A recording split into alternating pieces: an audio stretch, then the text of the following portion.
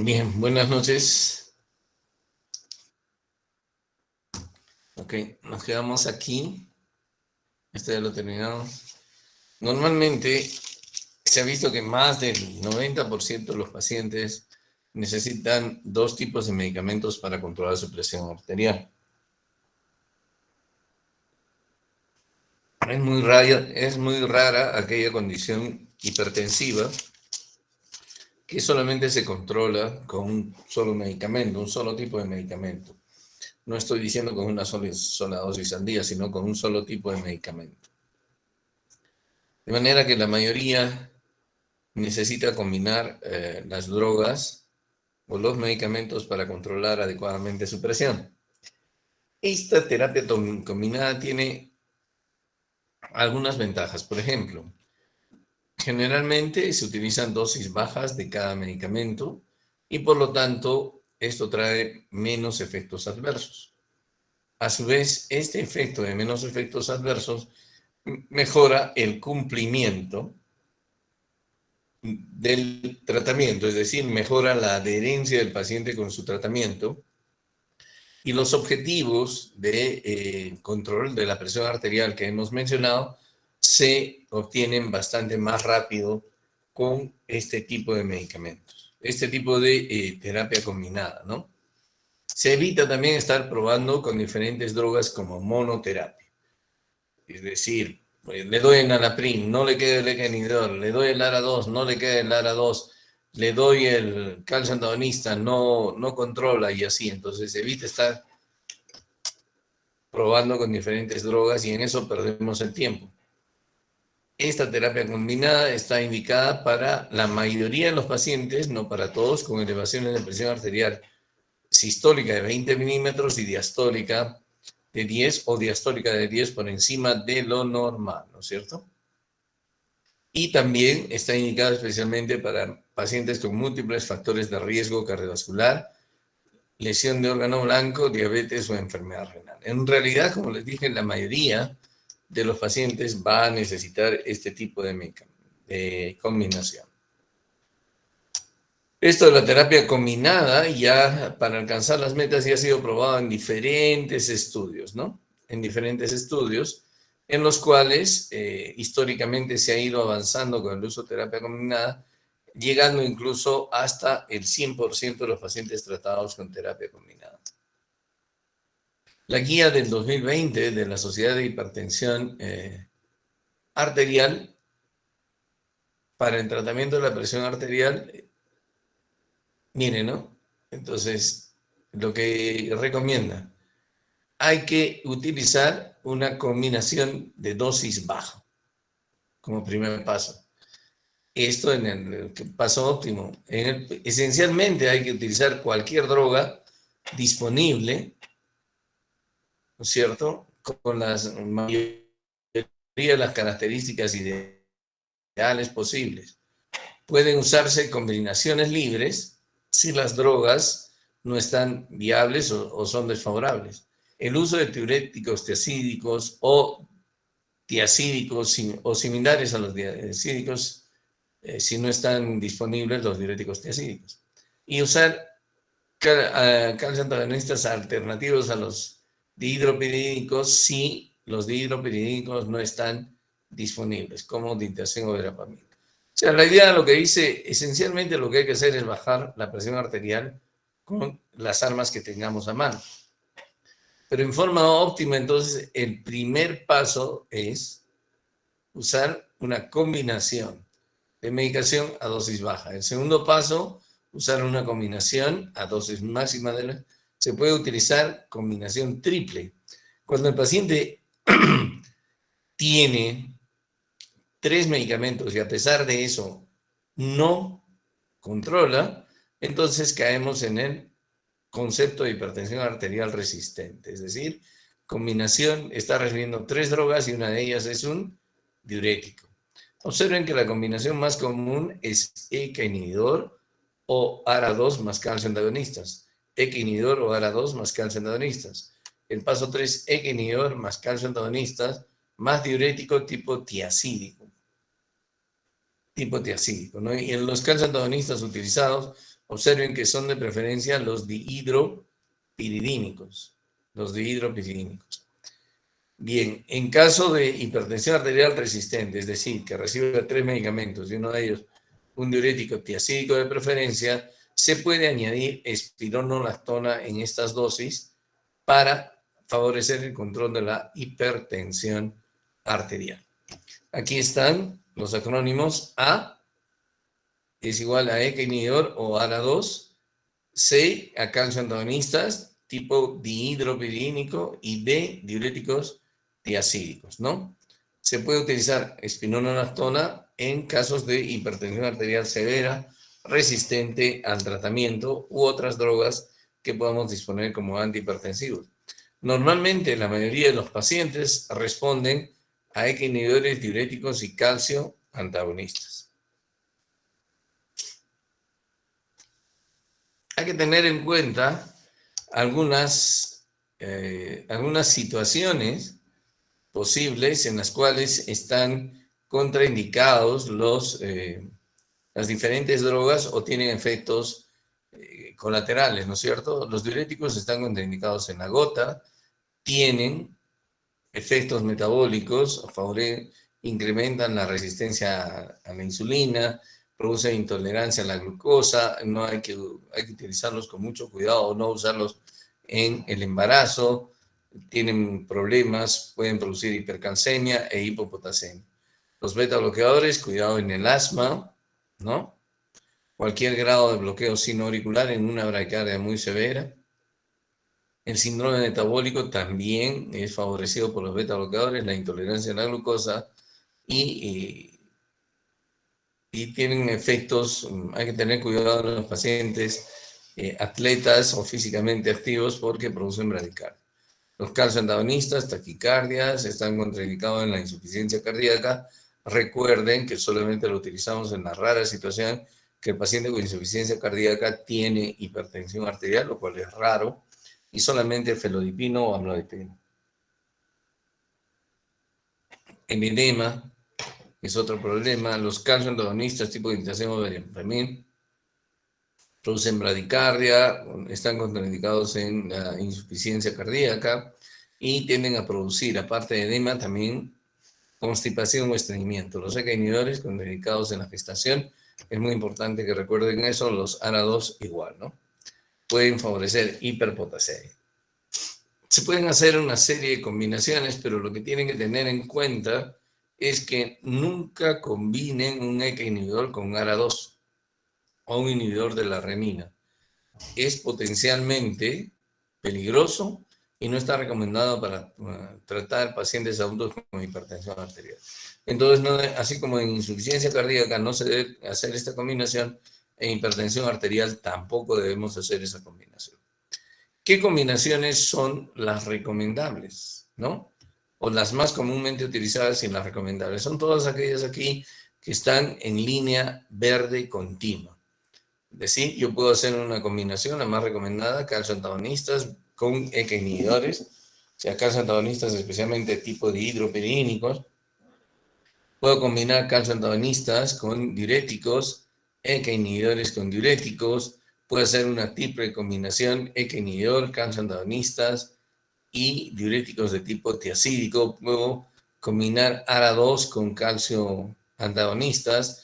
Puedo combinar ARA2 con calcio antagonistas y con diuréticos tiacídicos. Observen que la línea roja señala que no debemos combinar eso, ARA2 con ECA inhibidores. No es una buena combinación.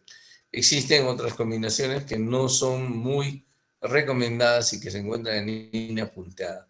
Puedo utilizar, dependiendo del caso, beta bloqueadores más diuréticos tiacídicos, pero tengan en cuenta los efectos metabólicos y sobre la resistencia a la insulina que favorecen estos dos medicamentos, pero no es imposible utilizar.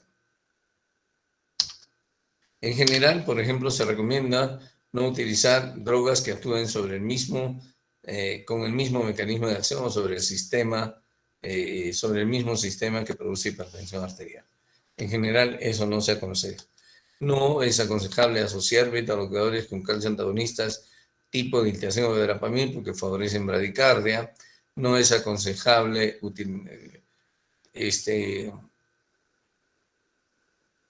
asociar beta bloqueadores con ARA2 o con IECA, porque ambos actúan sobre probablemente el sistema de renina-angiotensina. Recuerden que los beta bloqueadores bloquean los receptores beta 1 a nivel renal y entonces no ganamos mayor potencia, ¿no?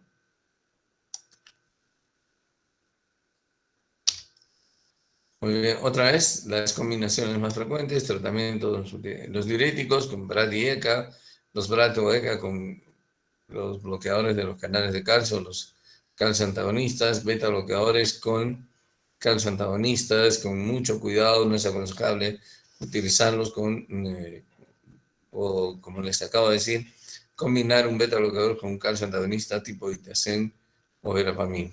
De vez en cuando un diurético con un beta bloqueador. Pero la mejor combinación está por los BRAT, o es decir, los antagonistas de los receptores de angiotensina, los IECA y los calcio antagonistas. ¿Qué es lo que escogemos? ¿No? Para iniciar el tratamiento antihipertensivo, los medicamentos de primera línea son, pues, entonces los diuréticos tiacídicos, los calcio antagonistas, tipo de hidropirínicos, los ECA inhibidores y los ARA2 o antagonistas de los receptores de la angiotensina 2, son los ARA2. La medicación antihipertensiva evolucionó así. Tenemos tratamiento antihipertensivo desde los años 40, ¿no? Desde la guerra, desde la Segunda Guerra Mundial. En los 50 vinieron los vasodilatadores directos, los diuréticos tiacídicos los conocemos antes de los años 60. En los 60 los agonistas centrales alfa-2 como la clonidina, pero que no tenemos en el país, pero sí tenemos la metildopa, los calcio antagonistas no dehidropirínicos, tipo Itiacen o verapamil, los beta bloqueadores.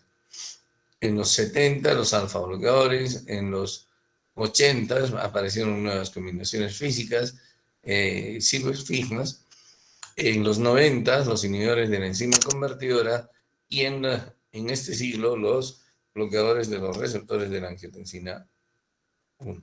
Existen además otros tipos, los que más se están utilizando y que existen son los inhibidores de la renina y la lisquirén, que no es muy utilizado, y existen otro tipo de medicamentos actualmente en estudio para el manejo de la hipertensión arterial. Lo cierto es que, como ven ustedes, no existe un protocolo fijo de uso de medicación antihipertensiva.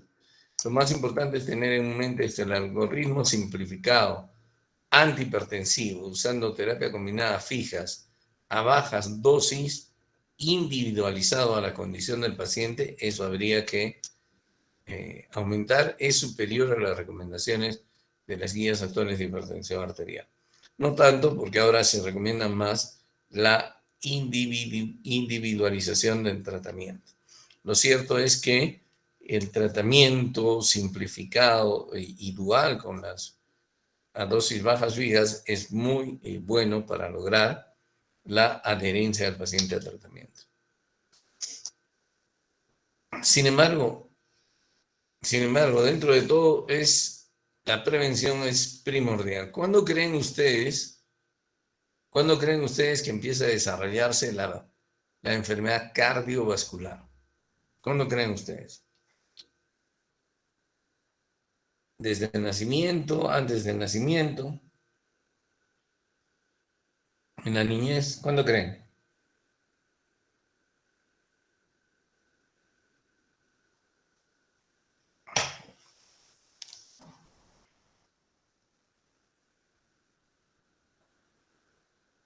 ¿No escucho bien?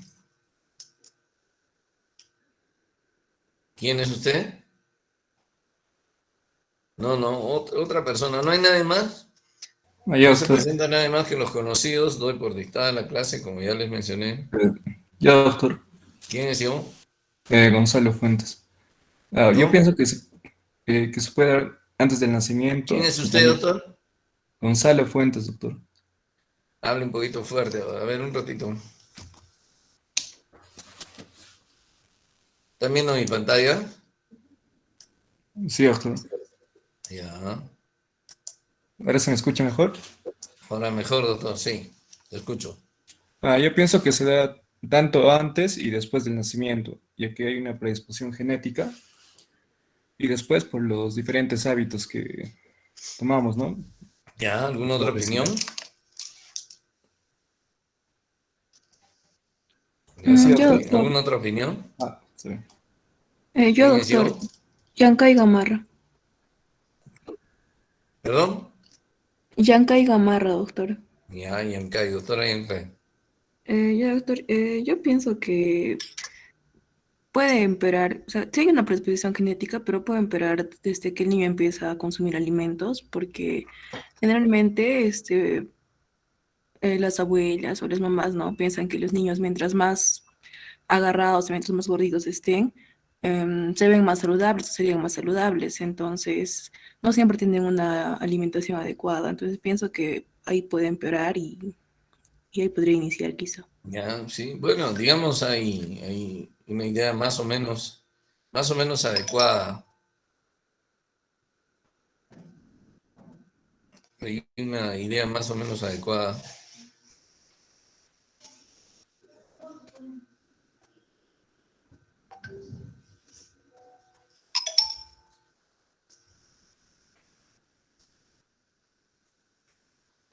Por un momento.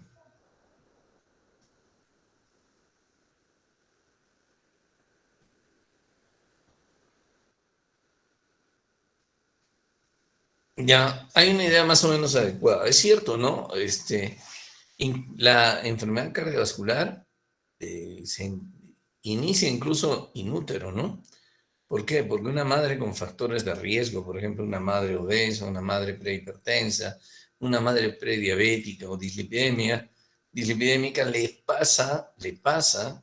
transmite todas esas condiciones a su producto. De modo que es cierto eso. Sin embargo, se ha visto que el problema viene incluso desde la concepción misma. Es decir, personas con malos hábitos de vida, obesos, hipertensos, diabéticos, etcétera. Todos tenemos una carga genética, pero como ya hemos visto, el desarrollo de la enfermedad es una interacción entre la carga genética y el medio ambiente que modifica nuestro epigenoma, ¿no es cierto?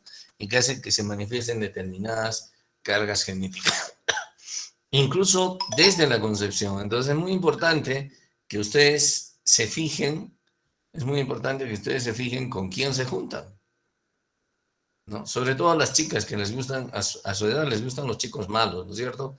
Esos que son bonitos, altos, que fuman, que chupan, que van a tonos, todos esos van a terminar después diabéticos, hipertensos y les aviso, impotentes, van a terminar peores. Entonces, es muy importante que ustedes, fuera de bromas, vean realmente con quién se juntan. O sea, las personas y ustedes tienen también que tener en mente eso, guardar vuestros hábitos de vida.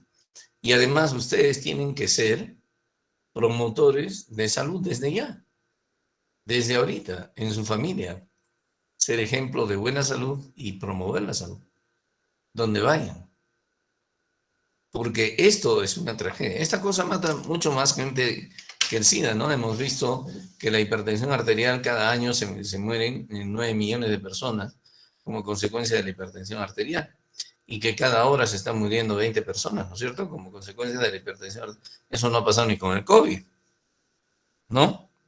Lo que pasa es que no somos conscientes de eso porque no nos produce fiebre, no nos mete en cuidados intensivos y entonces, y nadie le presta atención. Y por otro lado, el tratamiento, si bien es cierto, está parcialmente en manos del médico, el tratamiento y la prevención está en nuestras manos. Entonces, incluso antes de la concepción, lo que les quiero decir es que una persona con malos hábitos de vida va a engendrar un futuro enfermo cardiovascular, sea varón o mujer.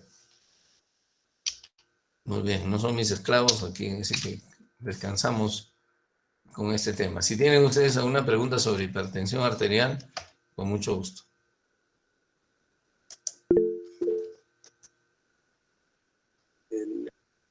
Pues seguimos adelante nomás. Doctor, buenas noches. Buenas noches. Doctor, yo tenía una pregunta, pero más que todo es relacionada al consumo de cafeína. ¿El consumo de cafeína tiene alguna relación con la hipertensión arterial? No, bueno, el consumo de cafeína no es un detonador de hipertensión arterial, para empezar. Consumir café no es malo, sobre todo si uno lo hace. ¿Están viendo mi pantalla? Sí se ve, doctor. Ya. Sobre todo si uno lo hace en forma racional. Todo exceso hace daño, ¿no? El consumo agudo de cafeína sí puede producir crisis hipertensivas, sobre todo esas personas que se empujan Red Bull, ¿no es cierto? O esas bebidas energizantes que tienen cargas increíbles de cafeína o que además de Red Bull en una noche de juerga lo asocian a tragos y al alcohol y entonces terminan al día siguiente con precisamente lo que vamos a revisar, crisis hipertensiva. El consumo de cafeína, sobre todo en las mujeres, ha resultado ser útil cuando se consume en forma racional, en forma adecuada, un consumo doméstico. Tiene efecto antioxidante, especialmente en las mujeres. Entonces, la cafeína es especialmente benéfica en las mujeres y no hay por qué prohibirle al paciente.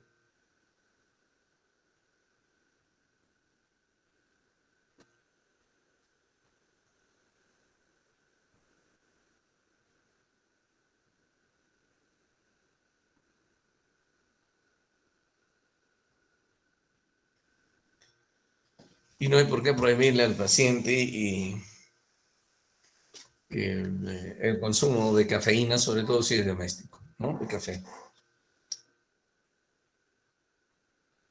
¿Alguna otra pregunta?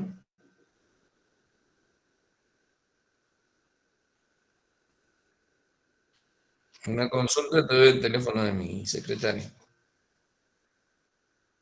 Allá.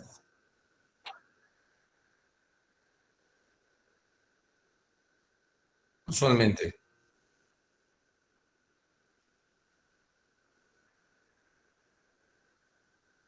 claro,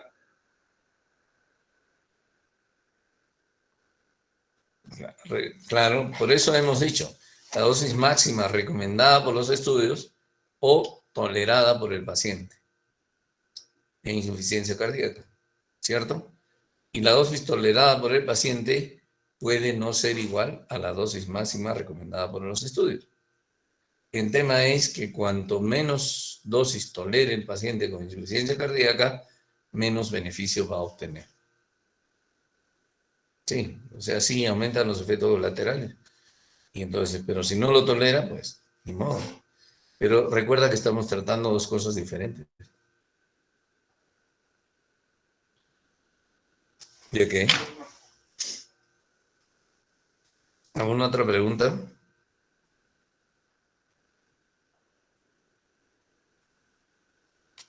Ya, entonces no hay más preguntas, continuamos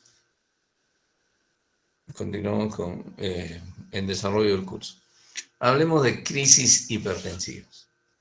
¿Qué son crisis hipertensivas? Son situaciones patológicas caracterizadas por una elevación súbita y rápida de la presión arterial a niveles no acostumbrados por el paciente que pueden poner en peligro la vida del paciente, pueden poner, no necesariamente que pueden poner en peligro la vida del paciente y que pueden ocasionar una alteración funcional o estructural de los órganos blancos, es decir, cerebro, corazón, riñón, ¿no? No existe un nivel que determine el diagnóstico de crisis hipertensiva, ¿no? Crisis hipertensiva. No existe un nivel de presión. Es decir, ¿por qué? Porque se caracteriza por lo que les he dicho, elevación súbita y rápida de la presión arterial a niveles de presión poco acostumbrados por el paciente.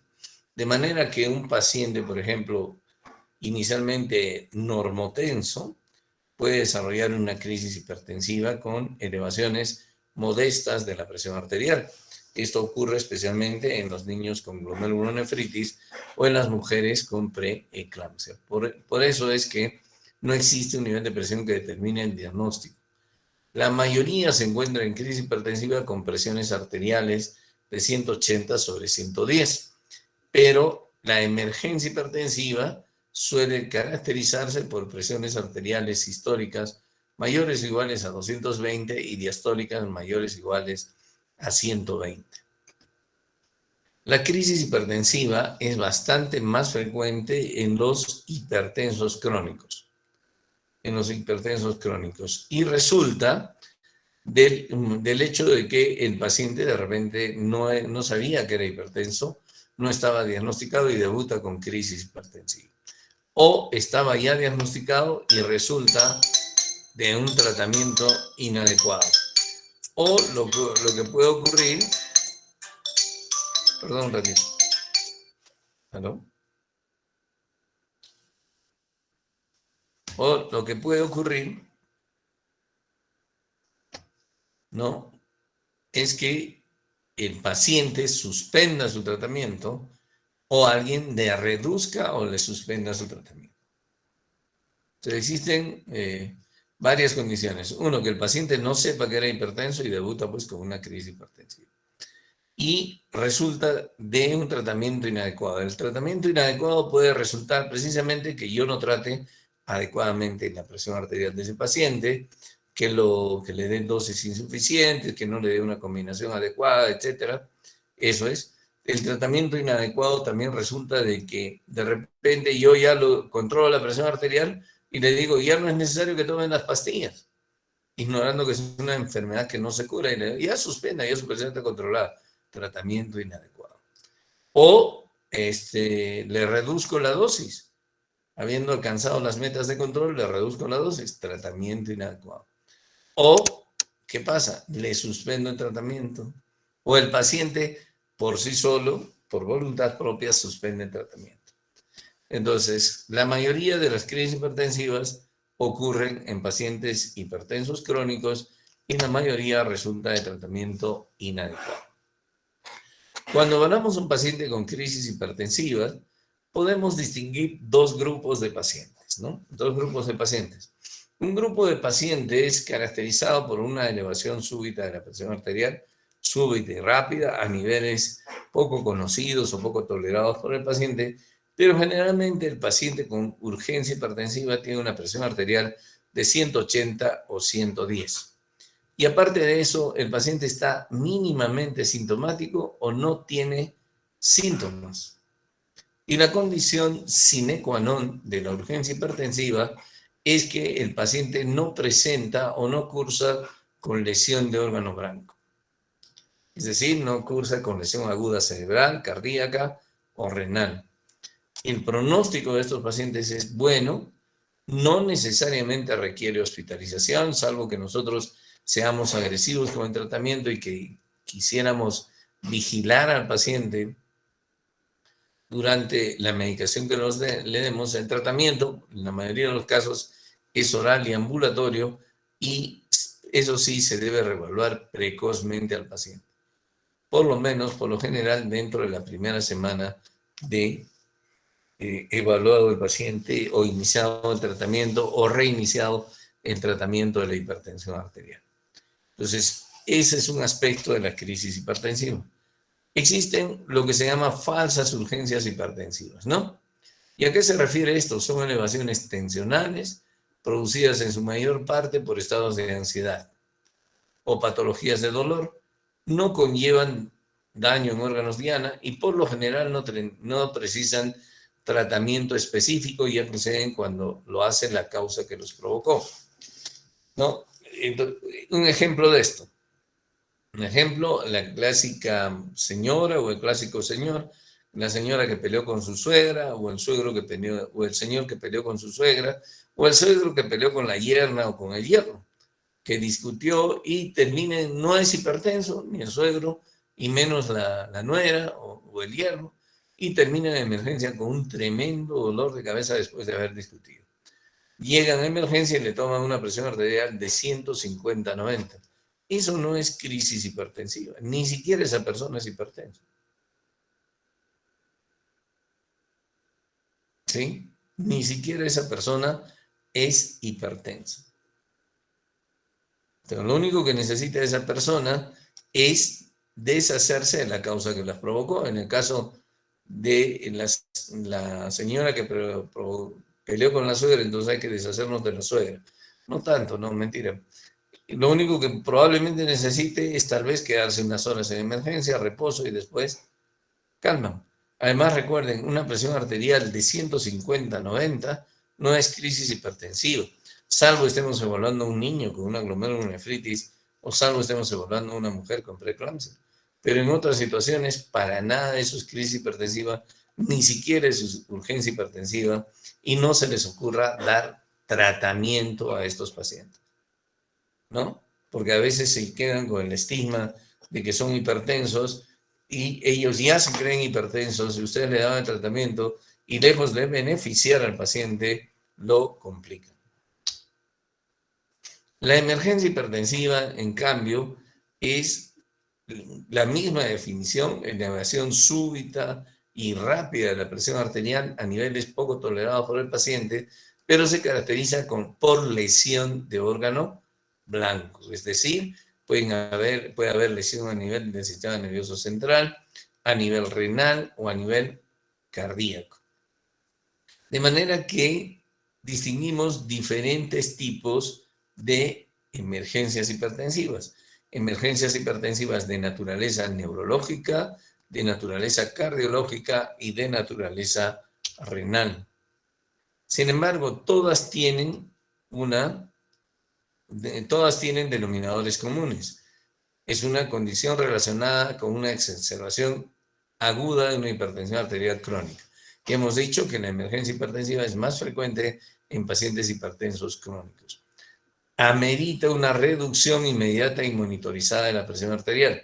Recuerden que no estoy diciendo, o escuchen bien lo que estoy diciendo, no estoy diciendo que amerite una normalización de la presión arterial inmediata, una reducción inmediata, sensata, prudente y monitorizada de la presión arterial, ¿no? La mayoría de las emergencias hipertensivas están asociadas a una notable vasoconstricción del sistema cardiovascular, del sistema vascular, de los vasos sanguíneos y a una reducción del volumen intravascular. Entonces, necesitamos una reducción inmediata de la presión arterial, sensata, prudente y monitorizada. Por lo tanto, el paciente tiene que ser hospitalizado en cuidados intensivos. Y como existe una condición de vasoconstricción intensa, la medicación es parenteral. Este paciente no debe recibir, al menos inicialmente, medicación por vía oral. Entonces, como la emergencia hipertensiva se caracteriza por lesión de órgano blanco, existen diferentes tipos de emergencia hipertensiva. Dentro de las emergencias hipertensivas neurológicas, podemos mencionar, por ejemplo, la encefalopatía hipertensiva o los desórdenes cerebrovasculares isquémicos o hemorrágicos que se producen como consecuencia de las emergencias hipertensivas. La hipertensión acelerada maligna es una hipertensión de difícil control caracterizada por necrosis fibrinoide de las diferentes arterias, especialmente de la arteriola aferente, y su denominación de maligna radica en el hecho de que es de difícil control. Tenemos insuficiencias cardíacas, y crisis hipertensivas de naturaleza cardiovascular, cardiológica y vascular. Dentro de estas está la insuficiencia cardíaca izquierda, la disección aórtica aguda, el síndrome coronario crónico, representado por el infarto de miocardio o la angina inestable. La preeclampsia grave también es una emergencia hipertensiva y la eclampsia, que es la fase convulsiva de la preeclampsia, también es una emergencia hipertensiva. La hipertensión arterial intraoperatoria severa y las crisis catecolaminérgicas también son crisis hipertensivas, ¿no? Unas cuantas palabras, un poco más sobre la hipertensión maligna. Como les he dicho, se caracteriza por hipertensión severa, usualmente grado 3, es decir, una presión arterial fase más de 160/100, asociada con cambios en el fondo de ojo, consistentes en hemorragias de flema, papiledema, microangiopatía y coagulación intravascular diseminada. Puede estar asociada con encefalopatía en cerca del 15% de casos, insuficiencia cardíaca aguda, deterioro agudo de la función renal. La marca, como les mencioné, de esta condición es la necrosis fibrinoide de las pequeñas arterias, especialmente la arteriola aferente, en el riñón, la retina y el cerebro. El término maligno, también como les he mencionado, refleja el pronóstico muy pobre de esta condición si no se trata.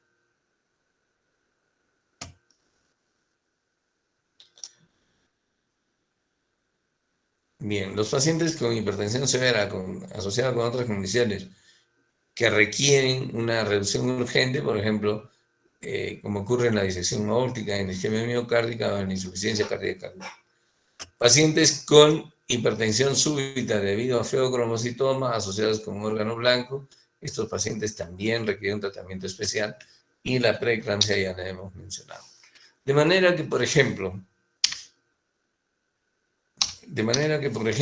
nos vamos a enfrentar a emergencias hipertensivas de tipo neurológico. Y las emergencias hipertensivas de tipo neurológico pueden ser tipo infarto, tipo hemorragias, ¿no? Más frecuentemente son tipo infarto o tipo de hemorragias cerebrales. Nos podemos enfrentar a emergencias hipertensivas de tipo cardiovascular con falla cardíaca izquierda aguda, edema agudo de pulmón, o que tienen síndrome coronario agudo, ¿no? Como ven ustedes aquí, un infarto de cara diafragmática, disección aórtica aguda, o a nivel renal podemos tener la necrosis fibrinoide de la arteriola aferente, ¿no?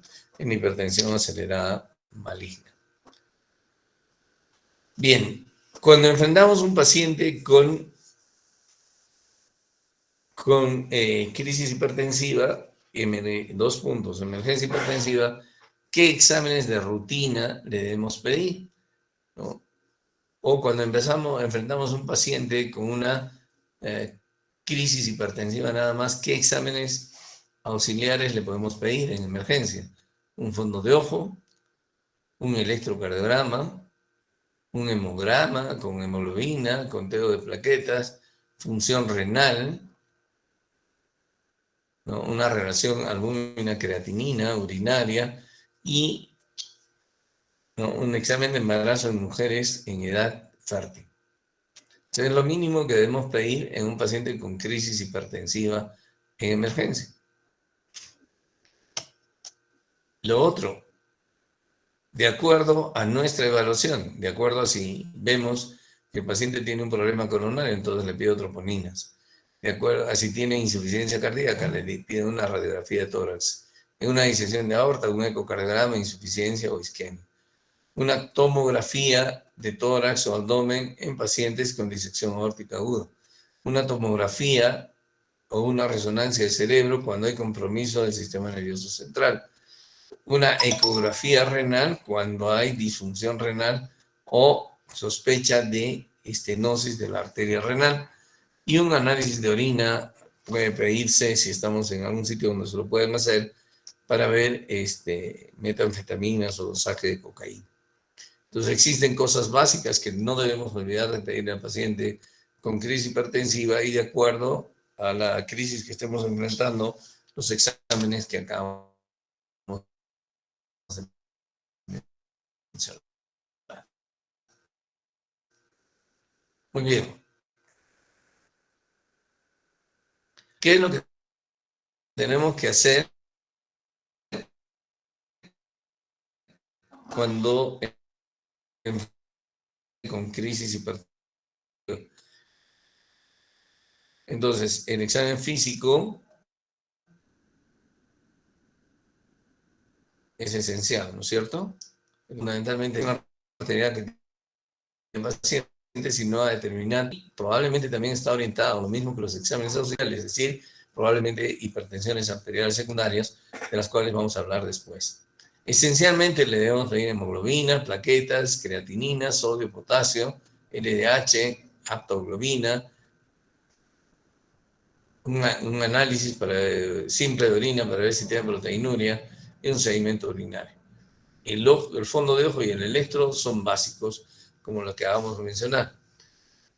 La guía del 2020 de la Sociedad de Hipertensión dice que en forma óptima, ¿qué otras investigaciones debemos pedir? Troponinas, dependiendo de si hay problema coronario, radiografía de tórax, que ya lo hemos mencionado, ecocardiograma, resonancia magnética o tomografía en compromiso del sistema nervioso central, tomografía de tórax si sospechamos disección aórtica aguda.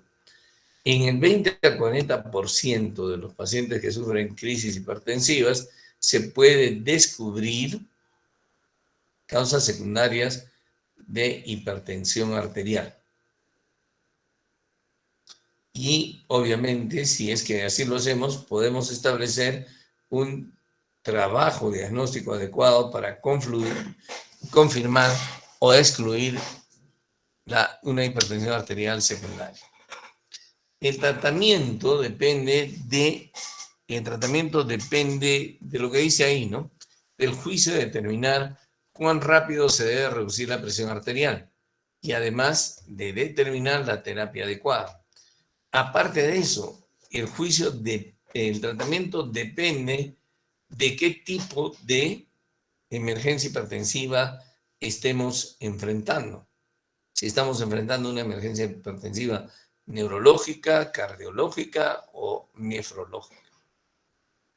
De esta manera, por ejemplo, como les he dicho al inicio, es importante reducir la presión arterial, pero no normalizarla. Y también les he dicho que hay que ser sensatos y prudentes para reducir la presión arterial. ¿Por qué? Porque la reducción de la presión arterial puede ocasionar hipoperfusión del lecho vascular comprometido. Es cierto, sin embargo, que el cerebro, el corazón y el riñón poseen mecanismos de autorregulación con el objeto de mantener su flujo de perfusión sanguínea constante. Este mecanismo de autorregulación funciona con límites de presión arterial, especialmente de presión arterial media. Y el paciente con hipertensión arterial tiene ubicado su nivel de funcionamiento del mecanismo de autorregulación de presión arterial a niveles más altos. De manera que, por ejemplo, su nivel mínimo de presión de perfusión es mayor que el paciente que no tiene hipertensión arterial. Por lo tanto, si nosotros reducimos la presión arterial por debajo del nivel mínimo de presión que garantiza la perfusión de ese lecho vascular, le vamos a producir isquemia. No existe, sin embargo, estudios ni van a existir que avalen este criterio. ¿Por qué no van a existir? Porque no sería ético exponer a una persona a este tipo de riesgo. Entonces, lo que se aconseja, especialmente cuando enfrentamos una crisis hipertensiva de tipo neurológico, es una reducción juiciosa, sensata y prudente de la presión arterial. ¿Por qué? Porque en el hipertenso el nivel mínimo de autorregulación que garantiza la perfusión cerebral está reubicado a niveles superiores. Así como no existe evidencia de lo que les acabo de decir, tampoco no hay evidencia. Por el contrario, se describe riesgo en algunas situaciones de descenso rápido de la presión arterial. Especialmente esto ocurre en las urgencias hipertensivas y mucho más en las falsas urgencias hipertensivas. Cuando se medican personas que vienen con 150-90, les dan su captopril lingual y después están con 90-60. Incluso hubo una época en la que se utilizaba nifedipino y que se le bajaba la presión muy rápidamente a esas personas, pero sobre todo los ancianos desarrollaron infarto de miocardio. Entonces hay que tener mucho cuidado. Así como no existe evidencia de que reducir mucho la presión arterial produzca isquemia, tampoco no hay evidencia de que reducir esto sea útil. Puede ser más bien riesgoso por lo que acabamos de mencionar, que podemos inducir daño por isquemia o por hipoperfusión, especialmente a nivel cerebral.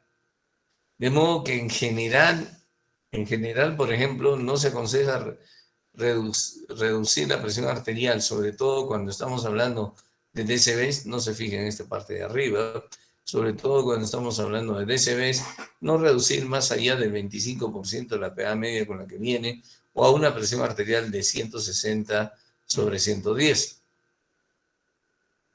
¿No? El tratamiento antihipertensivo se recomienda dar en el infarto cerebral si la sistólica es mayor de 220 y la diastólica mayor de 130.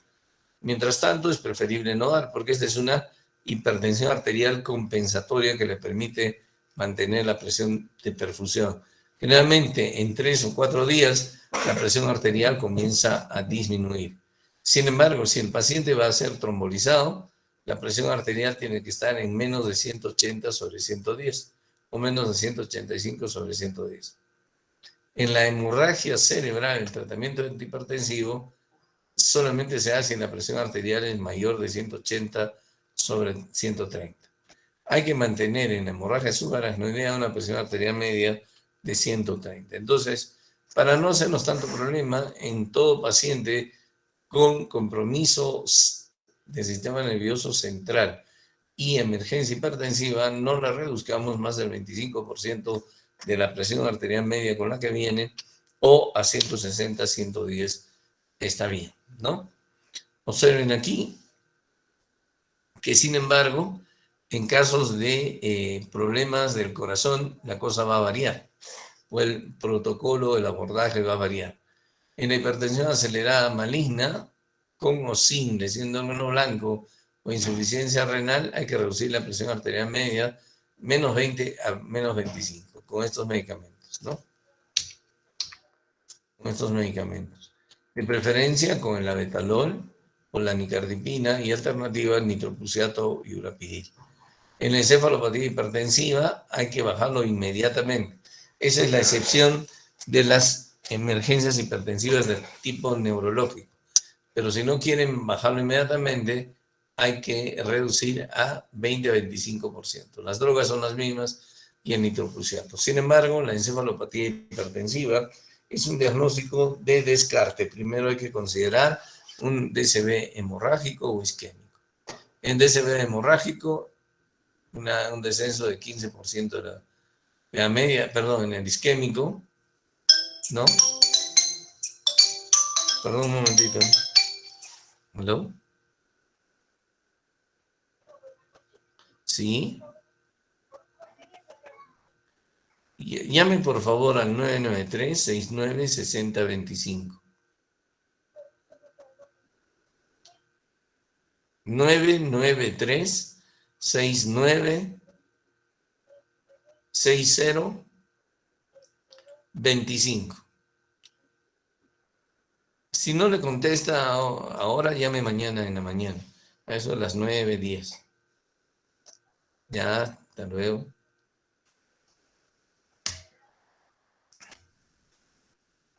¿No?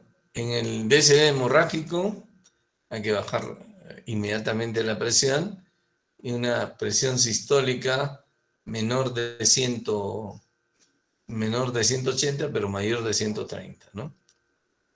Sobre todo hay que tener en cuenta eso. En el evento coronario agudo, una reducción inmediata a menos de 140, casi normal.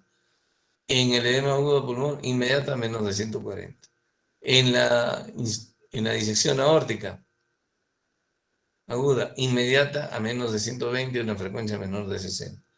En la eclampsia, ahí depende, pero hay que bajar la presión sistólica a menos de 160 y la diastólica a menos de 105.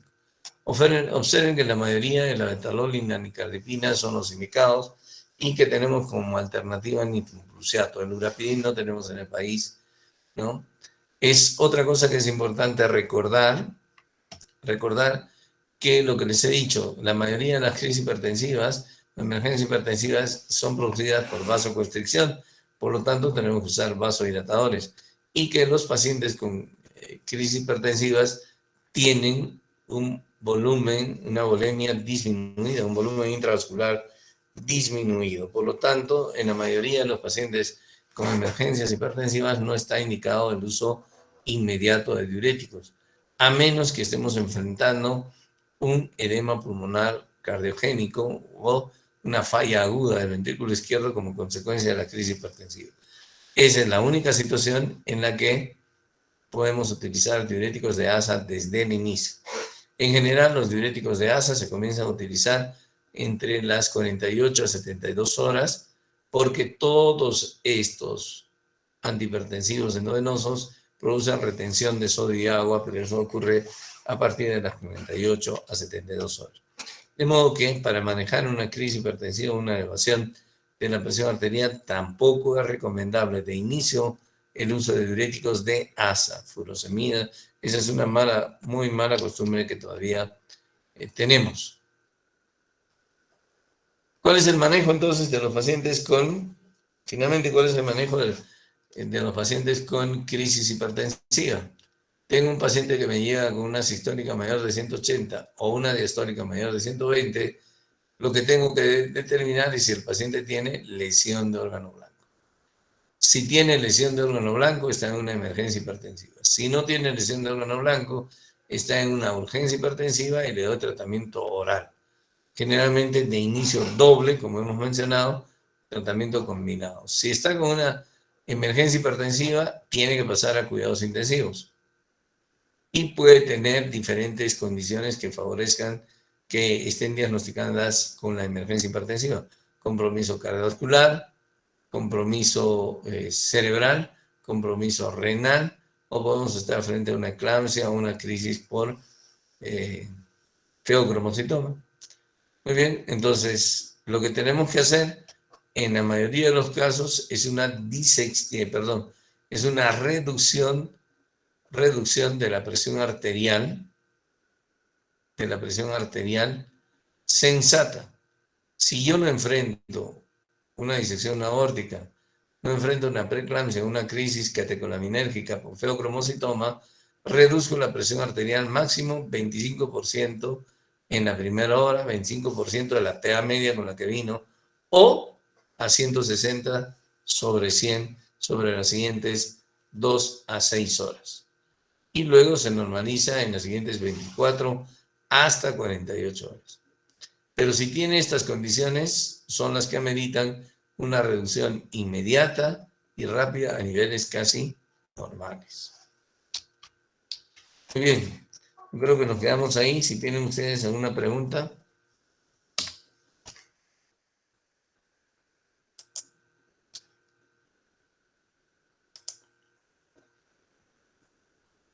Ok, no hay preguntas. Entonces nos estamos viendo mañana.